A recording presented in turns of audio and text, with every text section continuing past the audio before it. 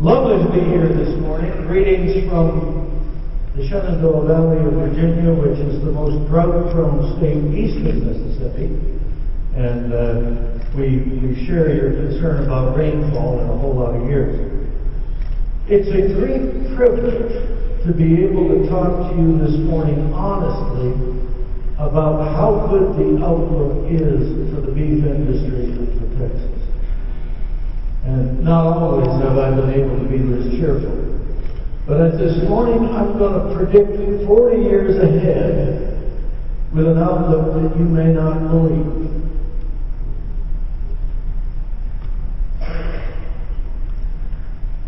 First of all, we've got to double world food production in the next 40 years. At least 8 billion people, possibly 9, and their pets. The population growth is almost over. When I started with the Department of Agriculture those years ago, the average third world woman was having 6.2 births. Today she's at 2.6 and rapidly declining. They've come 80% of the way to population stability. That still means that the Green Revolution has been saving over 1 billion lives per year. This year we could argue that it's as big as 5 billion lives. And at the same time, that Green Revolution has saved, by my estimate, 7 million square miles, not acres or hectares, 7 million square miles of wildlife habitat from being plowed down for low-yield crops. And let me stress that we're going to need new technology, and we're probably going to need to triple the yields on the best land from today in order to double that food production without taking more land from nature. Next. Okay, births per woman way down. All countries expected to reach stability by 2050. The reason is that kids are an expensive ego investment in the city. They're not out there beating the garden patch anymore. We will soon face a scarcity of young people, and there won't be enough of them to fund Social Security as we know it today. On the upside, you guys will no longer be accused of producing too much food. Population up another 30%. Affluence up. Okay, I got 3 things to predict for this next 40 years. First of all, we have not had significant global warming and won't have. That means that the EPA's effort to impose, in effect, carbon taxes will fail. And thirdly, biofuels are on their way out, but probably not as quickly as I would like.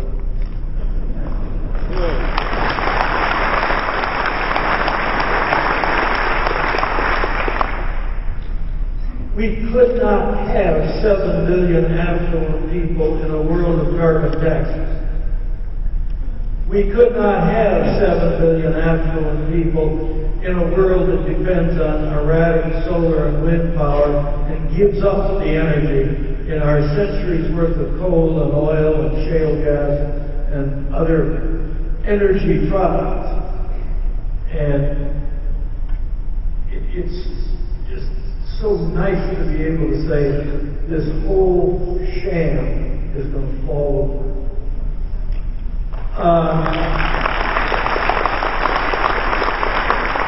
We'll talk about why in a moment or two. Massive increase in demand for preferred foods, particularly meat. More exports of high-value commodities, including meat, and far more purchased inputs needed to intensify your production. We'll talk about that in a minute, too. Pet challenge. The people in 2050 will have fewer children and more pets. If China gets half of our pet saturation today, that'll be another 250 million moms, none of them vegetarian. Remember also that city folks, even who refuse to vaccinate their children, are vaccinating their pets for things like heartworm. There may be a teaching moment there. Okay, as I said, man-made global warming has not happened in any significant way.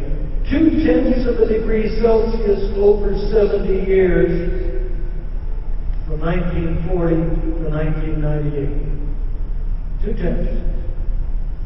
No warming trend at all since 1995. There's a transport minister in Britain who's talking about a step change in the climate. And I want you to remember that phrase, a step change in the climate. The rest of the world will get rich. Oh, the biofuels root for Florida to get a primary ahead of Iowa. That'd be the quickest way to help get biofuels off the public agenda.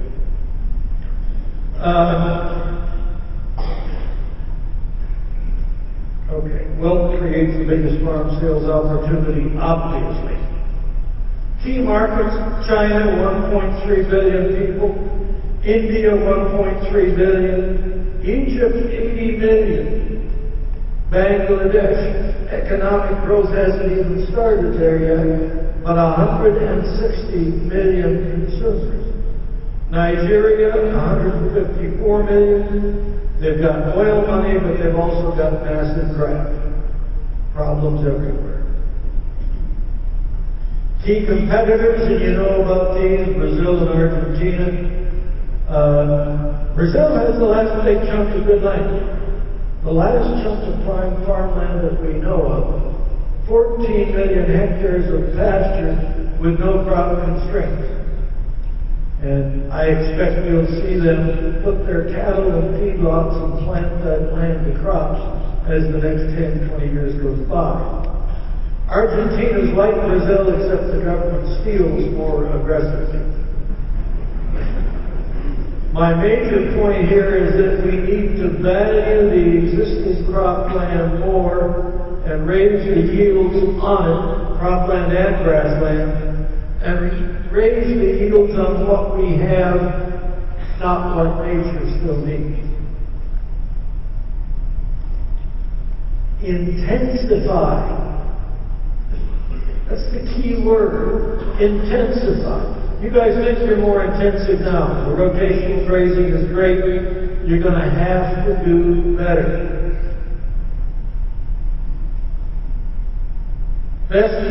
Part of it is that we don't have a whole lot more prime land, but it's also that the best land never had many species. Bison, antelope, prairie dogs, 3 species, and 114 varieties of grasses. The Amazon has an estimated 1 million wildlife species, and nobody's sure whether that estimate is even close.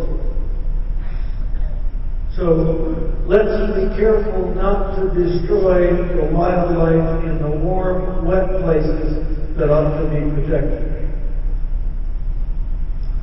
My friend Michael Houston, I believe he's at San Marcos State now, wonderful book called Biological Diversity.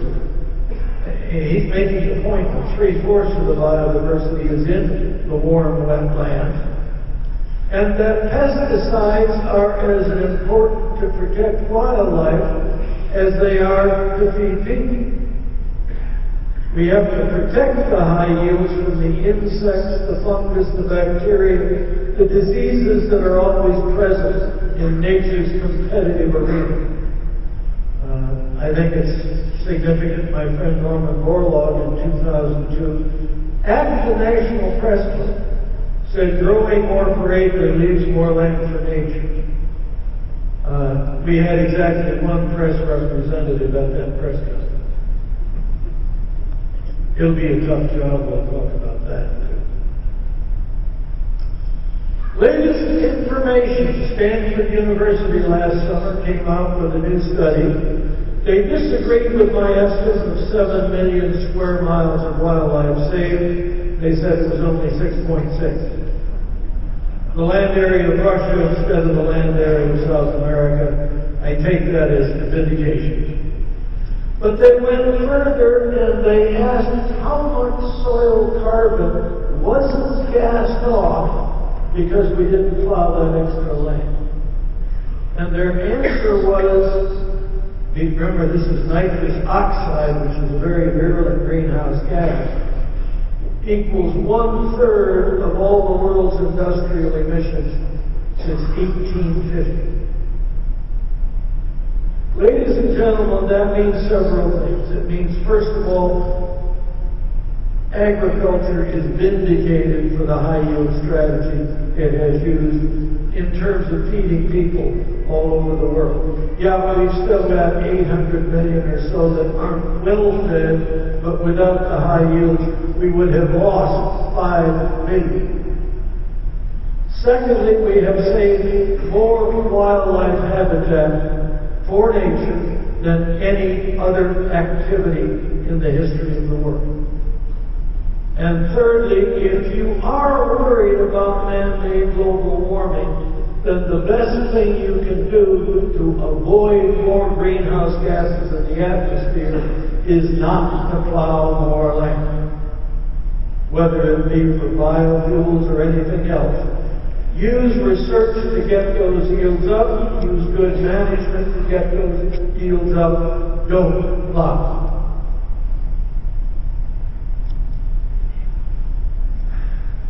It's sad about biofuels, and I was in a meeting last week in Washington with some people that might surprise you from organizations like the Environmental Defense Fund and NRDC.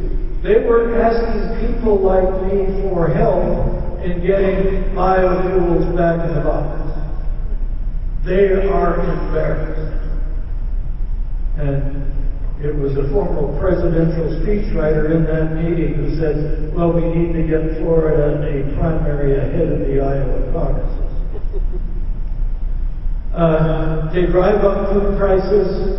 They don't contribute much to the, certainly not to energy independence, and not even much to our petrol fuel sources. And it's going to be up to Congress, and we'll have to work on it. We don't have the technology we're going to need. We're already using the nitrogen fertilizer almost everywhere but Africa. We're using confinement feeding and using it better and better. We're using irrigation, and that's getting better too. The computerized center pivots, I think, are wonderful. But all of these things are opposed by the green movement. They particularly oppose biotechnology. They don't even say it's playing God. They just say those are unknown risks. Well, there were unknown risks when people came to Texas. My question is, where will the research investments be made, and will they advantage U.S. producers or somebody else's? I think you need to make that point to your legislature and your administrators here in Texas. Water, the second scarcest farming resource. We use it at 40% efficiency. We use up to 70% of what the earth uses for human needs. The answer, fortunately, is just money.